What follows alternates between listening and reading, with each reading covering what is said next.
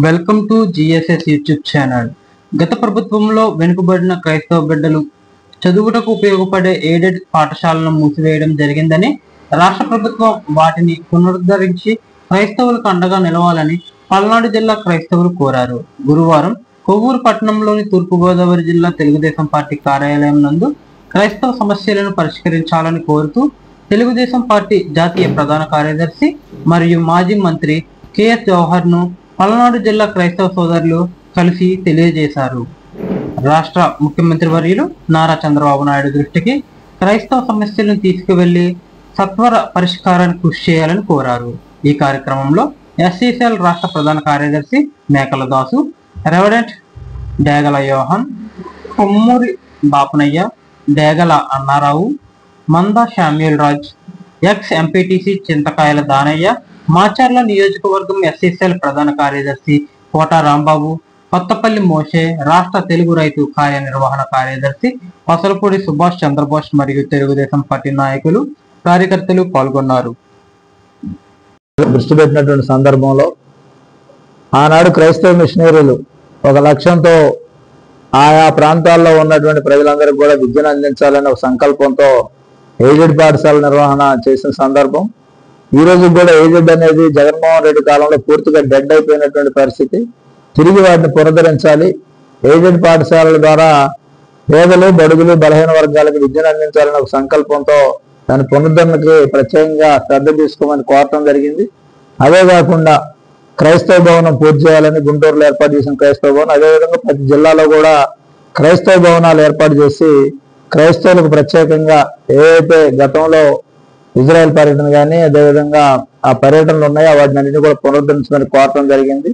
దానిలో భాగంగా ఈరోజు ప్రత్యేకంగా వారు రావటం, ఎందుకంటే ఆ సమాజం పట్ల, క్రైస్తవ సమాజం పట్ల చంద్రబాబు నాయుడు గారు కూడా లౌకిక రాజ్యంలో ప్రత్యేక శ్రద్ధ తీసుకుని క్రైస్తవానికి కూడా కాపాడవలసిందిగా క్రైస్తవులు ఉన్నటువంటి పాఠశాలలు కానీ, వైద్యశాలలు కానీ, దాంతోపాటుగా భవనాలు కానీ ఇవన్నీ కూడా నిర్మాణం చేయాలని ప్రత్యేకంగా కోరటం జరిగింది.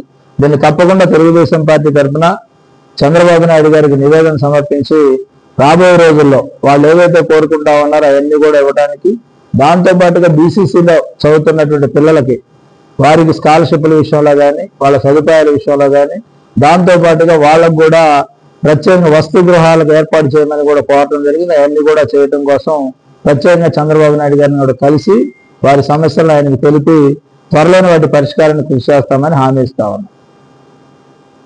ప్రభునామన్న అందరికీ వందనాలు. దేవుని ఉన్నతమైన పరిచర్లో రెవరెండ్ డేగల దేవానందగా నేను దేవుని పరిచర్యలో పల్నాడు ప్రాంతంలో పనిచేస్తూ ఉన్నా. మరి దేవుని ఉన్నతమైనటువంటి సేవకుల కొరకు, క్రైస్తవ నిర్మాణ భవనాల కొరకు పెద్దలు, మరి గౌరవ ముఖ్యమంత్రి వర్యులు చంద్రబాబు నాయుడు గారు కూడా క్రైస్తవులకు ఎన్నో మేలులు చేస్తూ ఉన్నారు. గొప్ప గొప్ప కార్యక్రమాలని తలపిస్తూ ఉన్నారు. ఎందుకంటే క్రైస్తవ జీవితంలో యెరూషలేము యాత్ర అనేది చాలా ప్రాముఖ్యంగా అందరూ కూడా ఒక పుణ్యస్థలంగా భావించి దాన్ని చేరాలనేది ఒక ఆకాంక్షగా జరిగిస్తూ ఉంటాం. అలాంటి దాన్ని మళ్ళా పునరుద్ధరించి సహాయం అందించాలని ప్రతి జిల్లాలో కూడా మరి క్రైస్తవ భవనాలు, క్రైస్తవుల కొరకు ప్రత్యేకమైన కార్యక్రమాలని ప్రభుత్వం పట్ల చేయాలని, అదే రీతిగా మోయబడుతున్నటువంటి మరి ఎయిడెడ్ స్కూళ్ళు కూడా తిరిగి ప్రారంభించి చక్కగా మరలా క్రైస్తవ బిడ్డలు చదువుకునే గొప్ప ధన్యతని దేవుని నామంలో మరలా ఈ ప్రభుత్వం ద్వారా మరి పొందుకోవడానికి మరొకసారి మేమందరం కూడా ముఖ్యమంత్రి వర్యులకి, అలాగే విద్యాశాఖ మంత్రి గారు మరి గౌరవనీయులు లోకేష్ బాబు గారికి, మంత్రివర్యులు, మరి అందరికి కూడా ప్రభుత్వ పరంగా క్రైస్తవుల పక్షంగా విజ్ఞాపన తెలియజేస్తూ ఈ మాటలు ముగిస్తూ ఉన్నారు. ముందుగా నా నమస్కారాలు. ముఖ్య ఈ ఉద్దేశం ఏమిటంటే, గత ప్రభుత్వం వైసీపీ జగన్మోహన్ రెడ్డి గారి ప్రభుత్వ హయాంలో క్రైస్తవులకు సంబంధించినటువంటి ఎయిడెడ్ కళాశాలలు, క్రైస్తవులు అంటే దళితులు, మరీ ముఖ్యంగా దళితులు ఉంటారు. ఈ దళితుల్ని కుట్రలో భాగంగా విద్య, ఉద్యోగ, ఆర్థిక, రాజకీయ, సామాజిక న్యాయంలో అటువంటి తెలియనటువంటి ఈ వర్గాన్ని విద్యకి దూరం చేసే కుట్రలో భాగంగా ఎయిడెడ్ కళాశాలని మూసివేయడం జరిగింది. తిరిగి తెలుగుదేశం గవర్నమెంట్ అధికారంలో వచ్చినటువంటి ఈ సందర్భంలో రాష్ట్రంలో ఉన్నటువంటి దళిత క్రైస్తవులందరూ కూడా ఎయిడెడ్ కళాశాలను తిరిగి పునరుద్ధరిస్తే తద్వారా వాళ్ళ పిల్లల్ని విద్యకి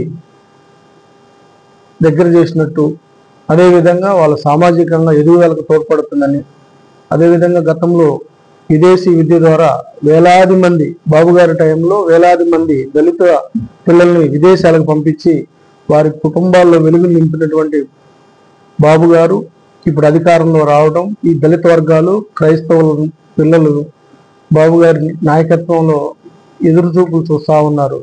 దయచేసి మేము కోరేది ఏంటంటే బాబు గారిని, ఆయన అంటే ఒక నమ్మకం ఉంది దళిత వర్గాలలో, ఆయన వస్తేనే మాకు చైతన్యం, భద్రత, భరోసా అన్నీ ఉంటాయని ఆశతో ఉన్నారు.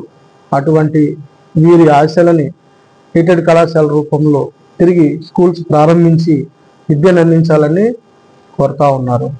వారి యొక్క కోరికని అధినాయకులు చొరవ తీసుకొని నెరవేర్చాలని, అదేవిధంగా క్రైస్తవులు పవిత్ర స్థలాలైనటువంటి పుణ్యక్షేత్రాలు, పవిత్ర స్థలాలు దర్శించడానికి వీళ్ళు ఆర్థికంగా వెనుకబడినటువంటి ఈ వర్గాలలో వీరికి ఆర్థిక చైతన్యం కల్పిస్తూ ఆ పర్యటనలు కాస్త సులువుగా ప్రభుత్వం ఏర్పాటుతోటి వీళ్ళని చూసే విధంగా, సందర్శే విధంగా కోరుకుంటున్నారు.